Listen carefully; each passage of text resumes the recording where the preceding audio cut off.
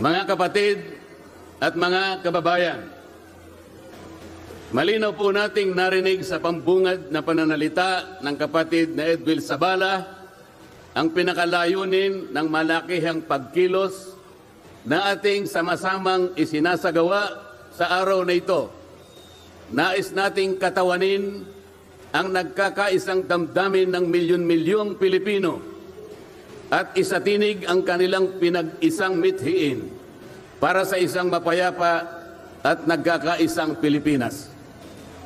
Kaugnay nito, binanggit din po ang ating kagustuhan na ipaalam sa mga opisyales ng ating pamahalaan ang ninanais at pinapangarap na maayos at epektibong paglilingkod at paglutas sa lumalalang kahirapan na pinalubhapan ng katiwalian at korupsyon, kalamidad, kriminalidad, bangayang pampolitika at iba pa.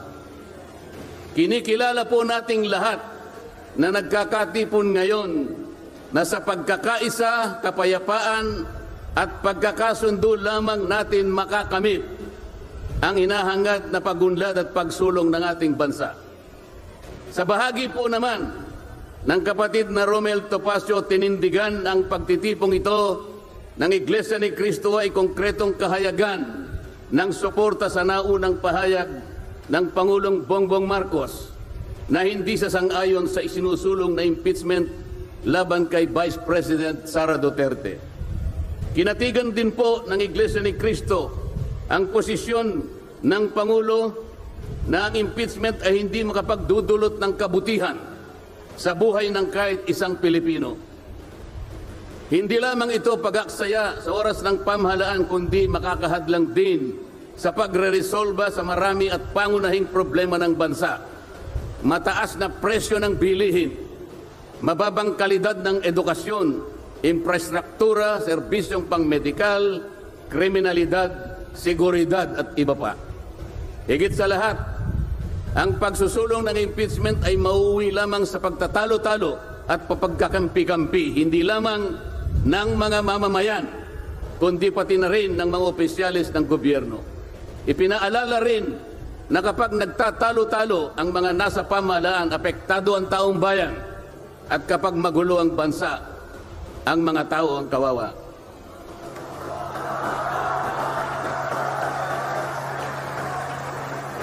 Lagyan po natin ng konteksto ang dalawang pagpapahayag na nauna upang lalong mabigyan ng diin ang kahalagahan ng pagkakaisa, pagkakasundo at kapayapaan sa ikalulutas ng panganib na dulot ng kahirapan dahil sa lumulubhang katiwalian, korupsyon, kalamidad at lalo lamang napabibigat ang buhay at pamumuhay ng ating mamamayan. Sa isang ulat balita ng periodikong Philippine Star, 4 na araw nang nakararaan ay ganito ang sinasabi. Based on a recent SWS survey, an estimated 17.4 million Filipino families considered themselves poor in the last quarter of 2024. This number represents 63% of the surveyed respondents, the highest self-rated poverty in 21 years. Across the country, Mindanao had the highest self-rated poverty at 76%, followed by Visayas at 74% and Luzon at 55%. Mga kababayan, sa tayang 5 ang miyembro ng bawat pamilyang Pilipino, nangangahulugan na aabot sa 87 milyong Pilipino sa ngayon ang nagsasabing sila ay mahirap. Katumbas ito ng 75% ng ating populasyon ngayon na tinatayang 116 million o mahigit pa.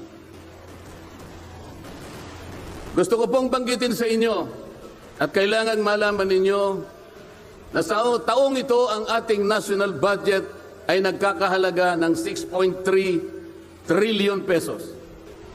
Ito po ang ating national spending. Ang ibig sabihin, ito pong halagang ito ang gagamitin dapat ng pamahalaan upang tugunin ang lahat ng pangangailangan, pangkabuhayan, panglipunan, pangkalusugan, pangedukasyon, pangseguridad lahat ng kakailanganin alang-alang sa kapakanan ng bawat isang Pilipino. 6.3 trillion pesos. Ngunit, ang tinatayang magiging income lang ng ating bansa ay kulang pa sa 5 trilyong piso. Ang ibig pong sabihin, meron tayong deficit. Meron tayong kakulangan na 1.5 trillion pesos. Ito po ang ating ipangungutang sa taong ito. 1.5 trillion pesos. Ibig sabihin po, bawat araw tayo'y gagasta ng 17.6 billion pesos. Yun po yung ating gasta. Araw-araw. Ngunit ang ating kinikita ng bansa ay 13.4 billion pesos lamang. Sa makatwid, ang uutangin natin araw-araw ay 4.2 billion pesos. Katumbas ng 175 million pesos bawat oras. Napakabigat po na hinaharap na hamon at problema ng ating bansa. Hindi po biro-biro ito. Ito po'y pananagutan po ng ating mga opisyalis. Hindi po pwedeng talikuran ito. Ganito na po kalala ang problemang pang-ekonomiya ng ating bansa. Ngunit, hindi po yata ganito ang naging direksyon. Sapagkat sa halip na po, unahin ang mga binanggit nating malalaking problema na kinakaharap ng ating bansa. Ang inuna po ay mga bagay na mauuwi lamang sa pagkakampi-kampi at pagkakabahagi ng ating bansa. Bakit po? Nagtatagpo ng Quadcom. Ang buong akala ko po sa pagtatatag ng Quadcom, ito po ay 4 na komite sa House of Representatives. Kinonsolidate, ginawang isang makapangyarihang komite na ang buong akala ko, ito ang gagamitin para tutukan ang namumuong problemang lumulubha pa na hinaharap ng ating bansa. Napakataas po ng bilihin, lalo na po yung pagkain ngayon. Nagtanong-tanong po ako, ang isang pirasong kamatis last week is 20 pesos. Tama po ba yun? Ngayon po, may nagsabi sa akin 30 pesos isang kamatis. Ang 1 kilong kamatis, 400 pesos. Tama po ba yun?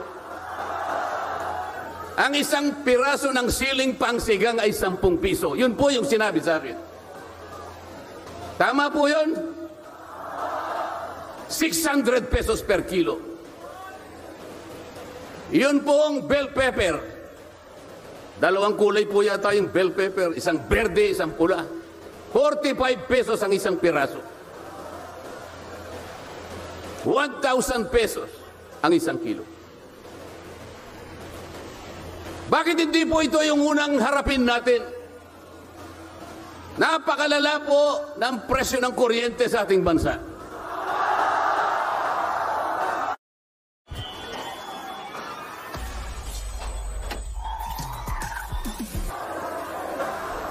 Meron po akong isinulong na 10 panukalang batas na ang tanging layunin ay ibaba ang kuryente sa bansang ito. Ikinalulungkot ko pong ibahagi sa inyo na kahit isa ay wala man lamang pong nadinig. Ano po yung dininig? Pinatawag ang dating Pangulong Duterte, pinatawag ng Quadcom. At ang ginamit na pamamaraan ay yung isinasaad sa saligang batas. Inquiry in aid of legislation. Natupad po ba yung inquiry in aid of legislation? Paano po in aid of legislation kung ang tatawagan nilang resource persons para humarap sa paglilitis na yon ay puro kalaban ng dating Pangulo? Alam po ninyo lahat yon. Pinagtatanong nila yung Pangulo base doon sa mga sinumpaang salaysay at affidavit nung kanyang mga inusig nung kanyang panahon sa war on drugs. Hindi naman ipinatawag ang mga taong maaring makapagbigay sa kanya ng tulong upang ipaliwanag ang war on drugs. Hindi ipinatawag ang mga Solicitor General sa kanyang panahon. Hindi ipinatawag ang mga Chief PNP upang magpaliwanag kung ano ang war on drugs. Puro kalaban ang dating Pangulo.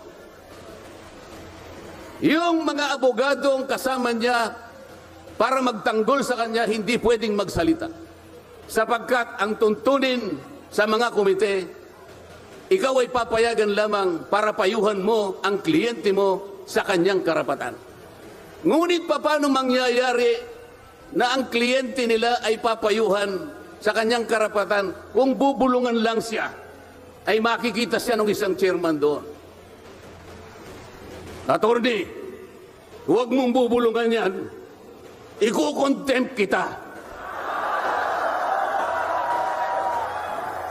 Nasaan na po yung sinabi sa saligang batas na lahat ng inuusig ay meron siyang karapatan sa abogado? The right to counsel. Wala na po. The right to confront your accusers. Wala po mga accuser doon. Ang ginagamit ko ay mga sinumpaang salaysay, hindi man lang i-authenticate, ipinalagay na totoo lahat ang nakasaad ng mga aligasyon. Anong gagawin ng isang tao sa harap ng ganito na walang rule of law at walang due process? Ito po ang pinag-umpisahan ng kaguluhan at pagkakahati-hati.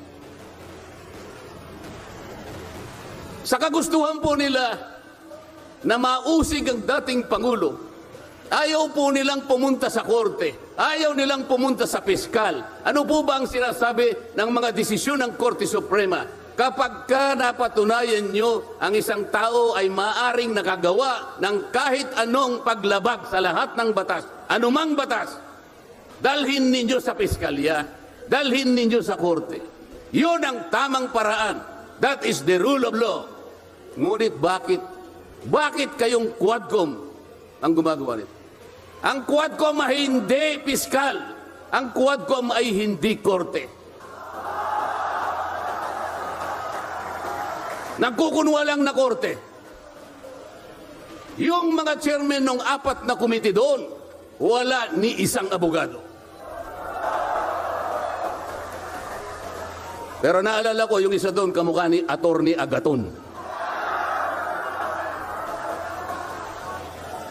So sa halip na ang unahin ay yung kapakanan ng mamamayan, sa harap at liwanag ng napakaraming nakabantang panganib sa atin, sa ekonomiya, panglipunan, pangsiguridad, korupsyon, katiwalian. Bakit ang inuuna ay usigin ng isang tao na hindi naman ipadadaan sa tamang proseso ng batas?